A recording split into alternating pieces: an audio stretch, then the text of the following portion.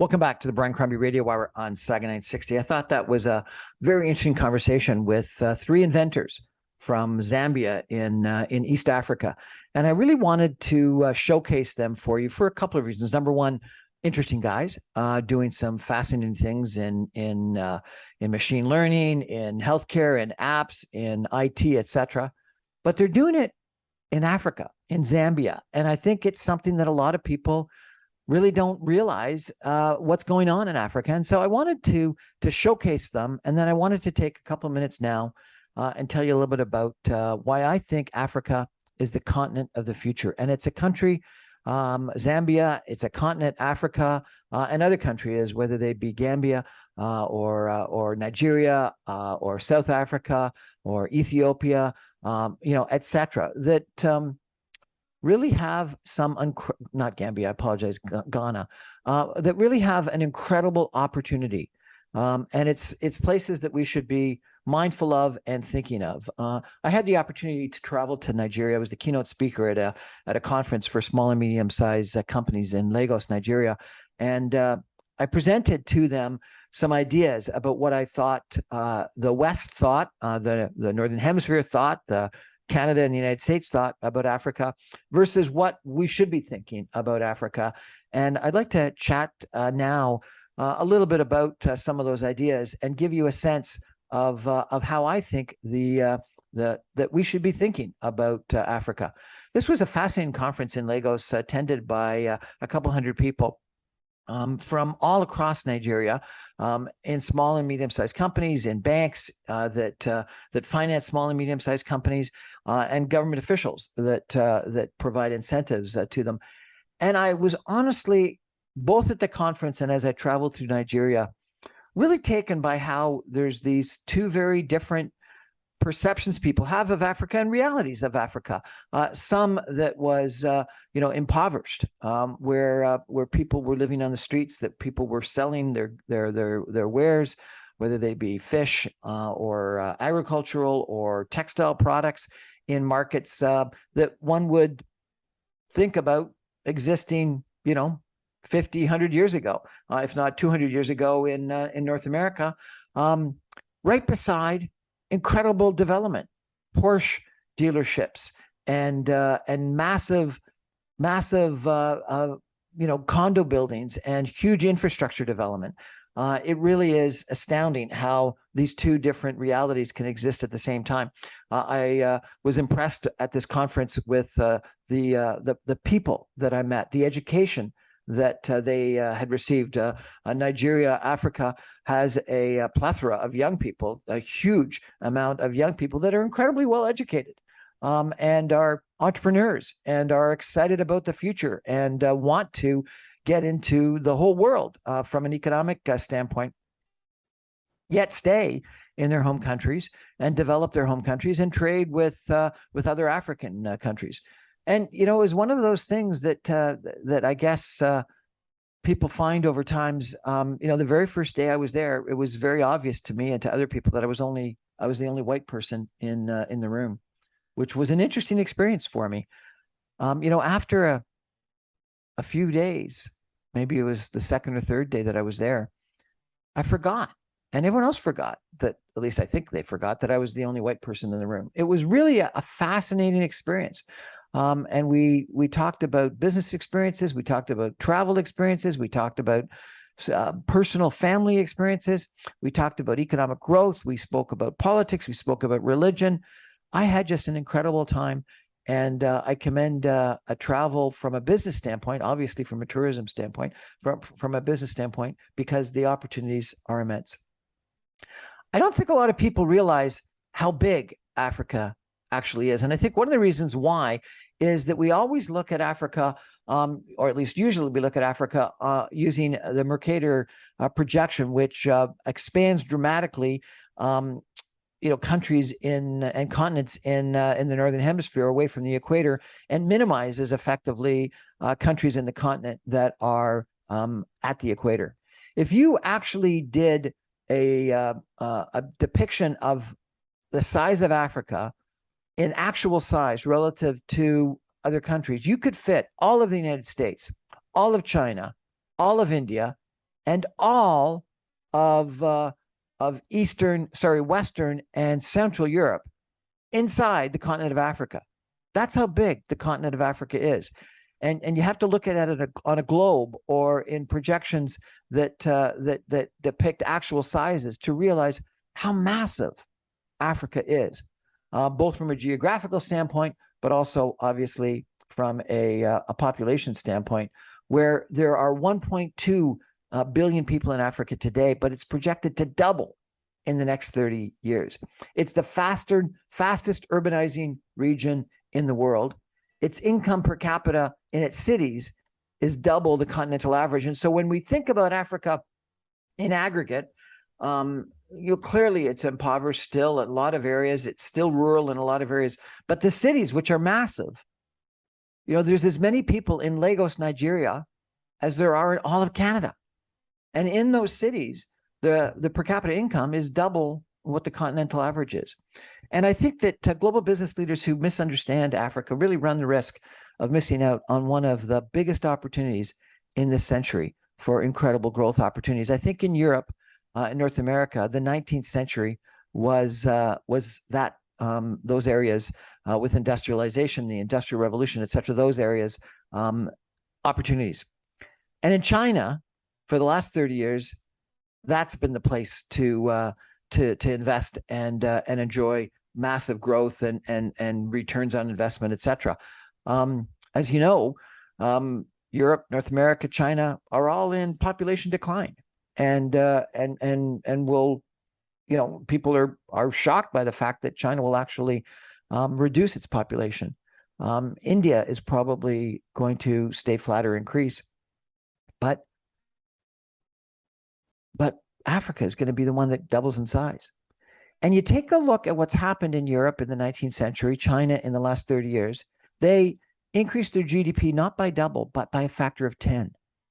And so if that is duplicated in Africa, the African opportunity for economic growth, for the local population to escape poverty, for investors to make money, is going to be astounding. The World Bank says that small and medium-sized enterprises create 77% of all jobs in Africa. Mid-sized companies create jobs twice as fast as big companies. The consumer class in Africa is larger than it is in India. And there are double the smartphone connections in Africa than there are in North America. What am I saying? I'm saying Africa is a huge continent of opportunity that we have to be taking a look at. And the African growth is really diverging. Where you take a look at the Arab Spring countries that are growing at around 4.8%, versus the oil exporters that are growing at almost twice that range in the last 10 years. But in the next 10 years, what you're going to see is that those Arab Spring countries are going to have flat growth, while the exporters are going to be growing around 4%, and the rest of Africa at around 4%. So the rest of Africa is where people should be focused on now. There's going to be 5.6 trillion business opportunities by 2025. Manufacturing output is going to double. And there are 400 African companies with annual revenues exceeding 1 billion. People don't realize how many big companies there are in Africa. And if you take a look at a McKinsey report that talked about what needs to actually happen and government imperatives, they're the kinds of things that, would need to happen everywhere. And African countries and governments are aware of this and are, I think, enacting it. And not all of them, but some of them. They need to mobilize their domestic resources. They need to aggressively diversify their economies. They need to accelerate infrastructure development. They need to deepen regional integration, and they are doing so. They need to create tomorrow's opportunities and talent, and they need to ensure healthy urbanization. And I'm going to talk about some of these in greater detail. The mobilizing of the domestic resources, they've got oil, they've got minerals. We are desperate worldwide for those resources. And historically, they've been just exploited by the old colonial powers, shipped to the coast and shipped away. to the West. I think that one of the things that Africa is doing now is refining, is putting into manufacturing, secondary manufacturing, some of those resources, and changing, frankly, the infrastructure railway system such that it doesn't just take everything to the coast and ship it away. They're actually trading amongst themselves. They're actually sending them to local manufacturing centers to manufacture. I think that the economies have been too focused on just resource extraction, and so diversifying and doing technology and doing manufacturing is something that they're doing. As I traveled, the infrastructure development that I saw was amazing. 1,000-acre development in Lagos, built really in the coast, in the sea. Huge LRT, subway, rapid transit infrastructure developments, highway developments. The infrastructure development that I saw taking place in just Lagos was astounding. At the conference I was at, it was primarily Nigeria, but people were there from Ghana, people were there from the Ivory Coast, people had come from other countries, and they were saying this is one of the first times in history that Africa has really started to trade amongst itself rather than just with their former colonial powers. And so that is something with free trade, with free trade regions, with greater regional integration that is happening in Africa today that hadn't happened in the future. The statistics on the education are, again, astounding. These gentlemen earlier today talked about how they were doing private education for people that needed to learn machine learning and coding, etc. The public universities are astounding. And then there's numerous people that probably you've met, that I've met, in international universities that go and get international educations and then go back to Africa because they want to contribute to their home societies. And as Africa urbanizes, just like every other region of the world urbanizes, we need to ensure healthy urbanization. And that has been a challenge because the urbanization has led to, beautiful condo towers and massive development, but it's also led to poverty. And so that's something that Africa really needs to address. Technology is creating opportunities in Africa, businesses to leapfrog ahead of sectors in financial services, retail, wholesale, and open up new markets. And it's because they're jumping over some of the technological stages that we in the West had to go through. They're going from, arguably fax machines to cell phones, and not going through, numerous of the stages that we had to go through in Canada. And if you take a look at some of the different growth opportunities, some of the high growth opportunities are in countries that you might not think about. Clearly, the biggest countries, South Africa, Egypt, Morocco, are the ones that are growing, and they're well known. But, Tunisia, Zambia, Algeria, Nigeria, Kenya, Namibia are growing and growing with global innovations, not just with resources, with regional processing, with global technology. And it's something that is really changed in the last couple of years. 3/4 of the potential growth in manufacturing output is going to come from meeting intra-African demand and substituting imports for manufactured goods. When I think about what Canada did, frankly, 75 years ago, some of the best development in southwestern Ontario took place by substituting U.S. manufacturing with Canadian manufacturing. The auto sector really came about by negotiating that kind of a deal with the United States. We were historically, still are to a large extent, but historically resource extraction oriented. We did import substitution ourselves. And so it makes sense that Africa is going to go through the same stage. When I was there in Lagos, we had, butter from the UK. Why? Ketchup from the United States. Why? Domestic manufacturing, replacing imports, has got to be something that creates a huge opportunity for Africa. If you take a look at where the opportunities for growth are going to take place, it's going to be global innovation for local markets, and it's going to be regional processing of things that used to be imported. And I think that that's going to be a massive growth for Africa, while people are only thinking that it's going to be in the labor-intensive sectors like apparel and footwear. And I don't think that's where it's going to be. And these guys that are doing, inventions in southeastern Africa are the best examples of that. And there's numerous of them. Foreign manufacturers have very high market shares in categories that should be produced, could be produced and supplied more easily and more cheaply in Africa. Import substitution is going to be a huge opportunity. And if you take a look at the areas that are growing faster than you'd expect, it's areas that you'd think about in the West. It's healthcare, it's banking, it's insurance, it's utilities, it's transportation, it's wholesale and retail trade.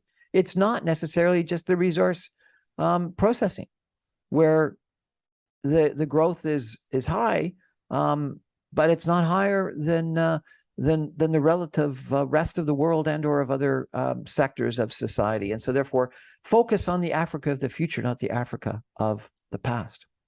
While it's clear that African manufacturing has not yet achieved its full potential, light manufacturers that do succeed will be profitable and are growing, and there is genuine potential for lots of others to emulate their success. If you take a look at urbanization, there's going to be, in the next couple of years in Africa, 15 cities with more than 5 million inhabitants, with around 190 million people in urban areas. It's going to be in Cairo. It's going to be in Lagos. It's going to be in Casablanca. It's going to be in Kinshasa.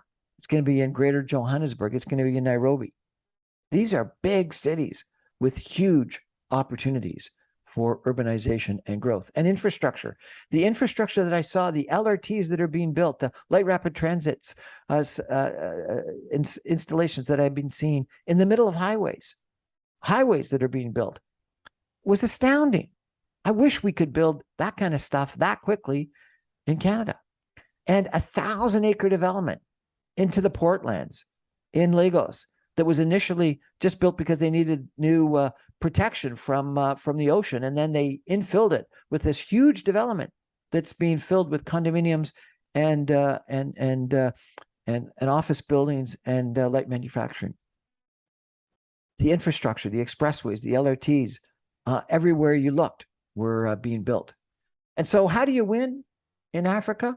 I think there's a couple different ways. So first of all, you got to map your African strategy. And I think there's a couple of tools. You need to, number one, set a clear aspiration for the growth. Number two, prioritize what markets you want to be in and that matter most. Number three, define how you're going to achieve it through scale and relevance. And number four, you need to build an ecosystem that you need to thrive in it. You know, we all know that in Canada, the United States, the Western world, it applies in Africa as well. And one of the things that I really enjoyed is how many people, when I was there, wanted to be my African partner. And I think that that's probably something you need. When we go to different markets in Canada, the United States, we think about local partners. Clearly, you need to think about your local partners when you go to Africa. I think second is innovate the business model and make it African focused. So you got to create products and services that fulfill Africa's unmet needs. And there's a plethora of them. You need to rethink a business model that truly engages with local customers, where really it has a local orientation. Don't just take things that work in Canada, the United States, or the Western world, and focus it on Africa. Make it relevant to the local community. You need to be low cost because the money, the incomes are lower, and so therefore you've got to make sure that you're cost competitive, price attractive in the marketplace. And then I think that this technology, I'm astounded at the use of technology in Africa, and I think, you know, initially you don't realize it, but it's a huge opportunity, and so therefore you can jump, several technology generations when investing in Africa. I think you need to build resilience for the long term, and I think there's 4 things to think about there. Is that you need to have a long-term view and ride out short-term volatility. There are going to be probably more political issues, more currency issues, more, civil wars, whatever. And so therefore you got to take a long-term view and you got to be there for the long term. You got to diversify. You can't just focus on one African city or one African country. You need to be diversified. You need to be integrated up and down the value chain. Don't just bring in all the product from North America or from the UK or wherever. And you need to understand the local context, engage with local governments, have local partners, go to local organizations and local conferences and local meetings. You got to network and make connections just like you had to do anywhere else you went. And then I think finally, and most importantly, You got to connect in with and unleash Africa's talent, because there's a huge amount of talent in Africa. They need the assistance, they need the money, they need the capital, they need the business models, they need the plans, they need some input from us and the rest of the world. But the talent in Africa is immense. And so you need to connect in with and unleash that African talent. You need to build vocational skills for frontline workers, create robust processes that grow talent from within, and harness the power of inclusion.